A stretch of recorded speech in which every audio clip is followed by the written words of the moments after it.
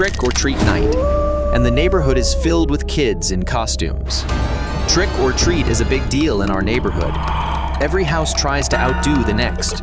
It's a bigger deal than Christmas and decorations, and Christmas is huge. Every yard is converted into a cemetery with creepy hands that rise from the ground. Witches on broomsticks swing from trees, and spiders as giant as Labradors climb rope webs to the second story of homes. Fog machines bellow clouds of eerie mist that hide vampires and goblins. Every house had the big candy bars of Snickers and Reese's peanut butter cups. It's my favorite holiday. I was going to be Captain America this year. I had the costume and everything, but I woke up sick as a dog on Halloween morning. I had a fever of 102 and felt awful. When dusk descended, I was still sick, not so terrible as the morning, and my fever was down, but Mom would only let me watch from the window.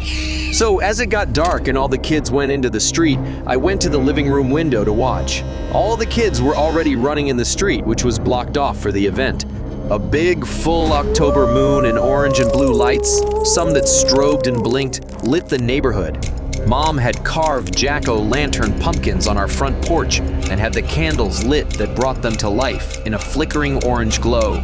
It was really spooky. We had an enormous rubber snake big enough to swallow a kid whole that wreathed on the walk up to the door with a fan that blew it to life. We had a scarecrow clown standing in front of the living room window. I didn't know why my dad had set it up, but I liked it. It really looked fantastic and so scary. It was taller than the average man and had a hideous clown mask. It was dressed in a tattered shirt and pants tied up with a rope. I don't know where my dad found those rags. It had a large fake axe strapped to its back. It would have been creepy even without the axe, but it made it really an evil clown.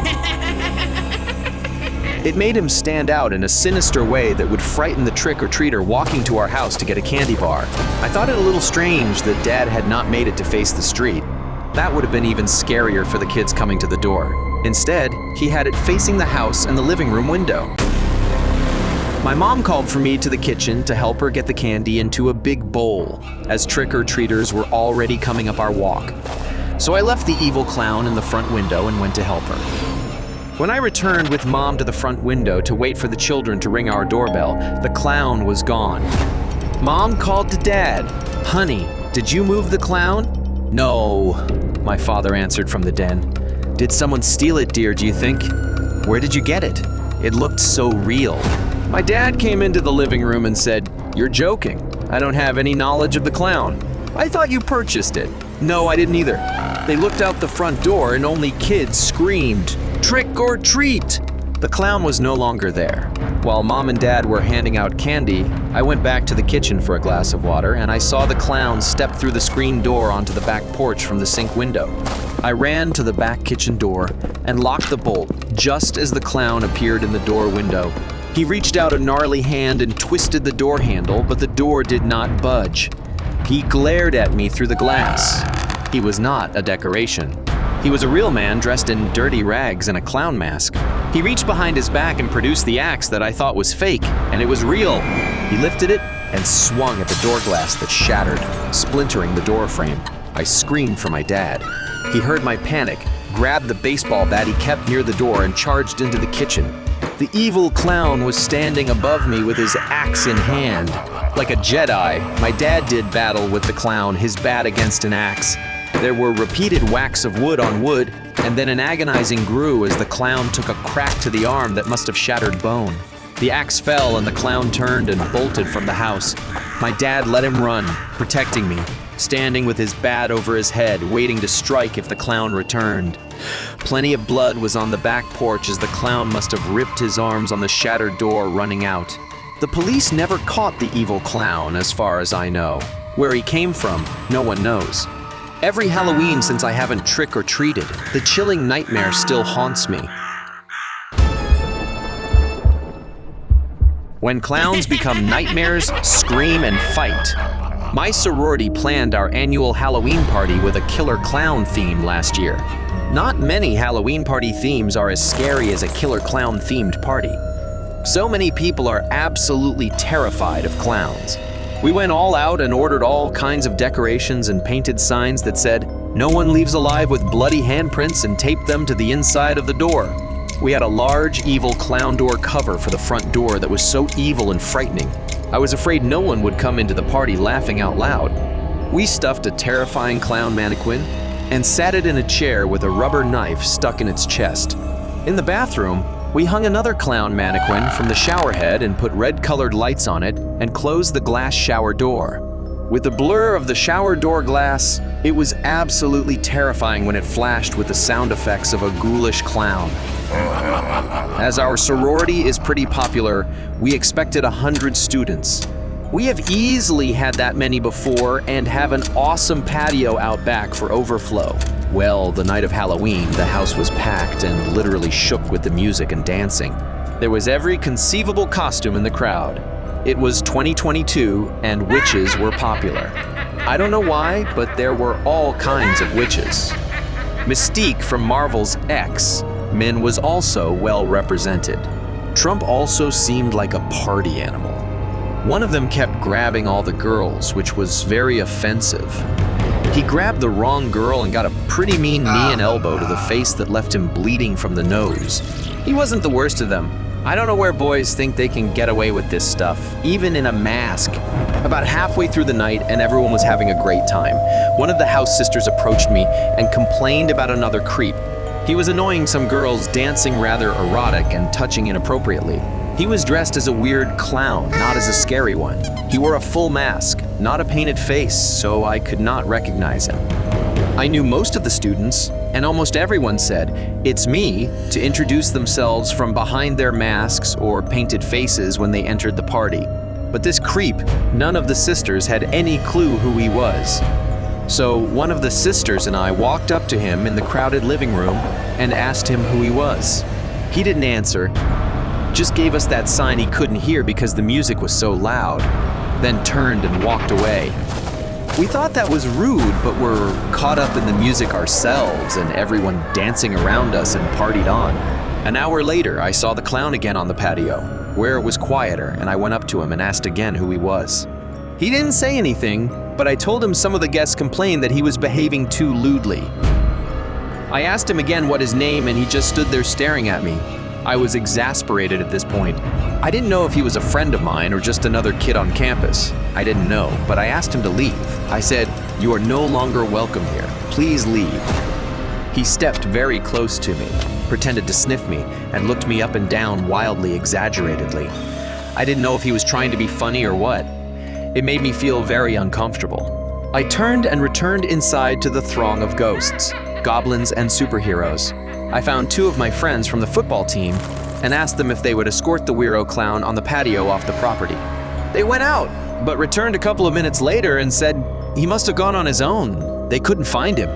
I was relieved by that. The rest of the party was very much fun, and by 1 o'clock in the morning, people started leaving. Before long, it was just my sorority sisters and their boyfriends crashing on the couches. We all relaxed and were still laughing when I finally had to say goodnight and head upstairs to my room to collapse in bed. I took a quick shower, wrapped my towel around me, and went to the closet to get my nightgown. When I opened the door, the creepy clown from the party stepped out and removed his mask. It wasn't a college kid, but a man about 45. He was even creepier without the mask. He was unshaven and had twisted teeth that protruded from the most hideous smile I've ever encountered. He grabbed me by my wet hair and pulled me into him. He stunk of a putrid body odor as he wrapped one hairy arm around me and covered my mouth with his filthy other hand. I kicked, bit, and scratched at his face with every ounce of fire I could manage. I screamed at the top of my lungs as I battled this monster. The boys downstairs heard my terrified screams and flew into the room with fists that smacked into his skull until he fell to the floor. They sat atop him, his arms and legs pinned as we heard police sirens. Halloween was the most chilling nightmare of my life.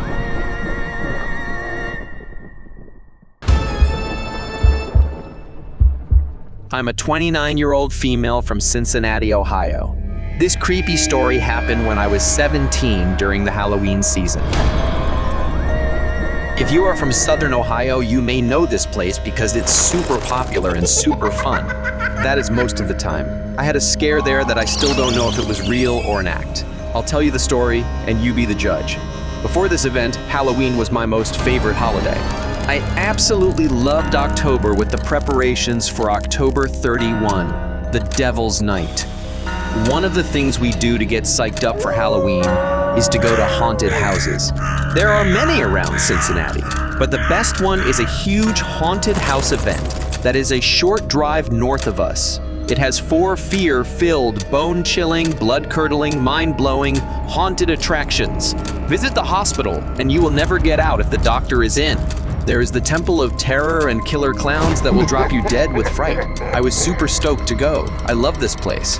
I have been before, and this year I was going with a group of my friends, my sister, and a couple of her friends. So it was a big gang of us to scream our lungs out together, which was even more fun. The Saturday before Halloween that we went was cold, and the line at the Scream Park was super long, but we got in quickly. The place had a fire burning that added to the magical, mystical atmosphere with its leaping flames, sparks, and smoke that looked like ghosts in the lights of the outside area when the wind twisted it. We started with the booths before we moved to the main attractions. We picked Phobia, a haunted house where fear reaches deep inside your inner dread, as the first haunted house to make our way through.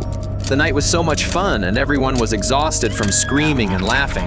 The Scream Park would close for the night soon. My whole gang sat by the fire and was ready to go, but I wanted to go on the haunted trail before we left. No one wanted to come with me, so I went by myself, everyone else eating hot dogs and drinking sodas. Once I entered the haunted trail, there was no going back. I carefully made my way by feeling down the gravel path, as it was a thick fog from a fog machine in the dark with just dim Halloween-colored lights along the path. The actors materialized out of nowhere, dressed in costumes of the macabre. The trail twisted around junked cars and broken barns filled with skeletons and shook and rattled as I passed. Fewer people were ahead of me when Jason stepped in front of me, stared into my face, and disappeared into the dark. Jason has always frightened me ever since I saw the movie in the cinema. It was my favorite part of the trail so far. Although a killer clown was pretty terrifying, the vampire surprised me. The thing about me is I love being scared for Halloween, and these actors were doing a great job of scaring people. After Jason, I began moving faster to get through the trail and return to my friends. It was close to midnight, and it was getting freezing and dark. As I walked, I started to get that uneasy feeling in my gut that something terrible was about to happen. A few steps further, and I heard a sound in the trees. I prepared to run. Who knows what was there? My mind instantly went to a serial killer, remembering a story from years before where a kid was knifed by some creep who didn't belong to the staff of the Scream Park. A second later, a real horse reared with a headless horseman on its back. It scared me to death. After I passed, I heard the screams from the group behind me as they encountered the headless horseman. It comforted me and made me laugh, knowing I wasn't alone on the trail. But as I continued on the trail through the wood, I had that creepy feeling that someone was stalking me. Around the next twist in the path, I encountered Michael Myers, perhaps the scariest villain of all horror movies. This guy in a costume with a painted face looked exactly like him. He was blocking the trail and staring straight through me. Unlike the other actors in costume, this guy truly scared me. I said, "Hey man, that is fantastic makeup you have, and I love the movie, but please let me pass as my friends are waiting for me." But as I moved left, he blocked me. And when I moved right, he blocked me. He got directly in my face and pushed me backward into the woods off the trail. I could hear him breathing, not fake, but actual heavy breathing that rasped in his chest. He grabs my arm and is forcefully pulling me towards him. I shouted, "Get off me, bro!" He tightens his grip and says maniacally, "You are mine!" Still pulling me into him. "Let go!" I shouted, hitting him in the face with my free arm. He dropped back into the dark, and at that moment, the group behind me caught up, and I slipped in with them and slid past this creep. But I could see that he never took his eyes off of me. He stayed focused on me and followed at a short distance until I could see the trail's end. When I saw park staff at the exit, I said, "That Michael Myers guy goes too far and I don't like being touched. He should be reprimanded." The staff guy looked at me and said, "We don't have a Michael Myers actor on the trail." As I left the haunted trail area, I looked back and saw that Michael Myers guy behind the fence, and he was giving me a slashing motion with his hand. I rejoined my friends and I told them the story. Was it a hired actor who just took things too far, or if he wasn't a hired actor, I was fortunate to escape. There have been real stories where killers got hired and terrible things have happened. You never know.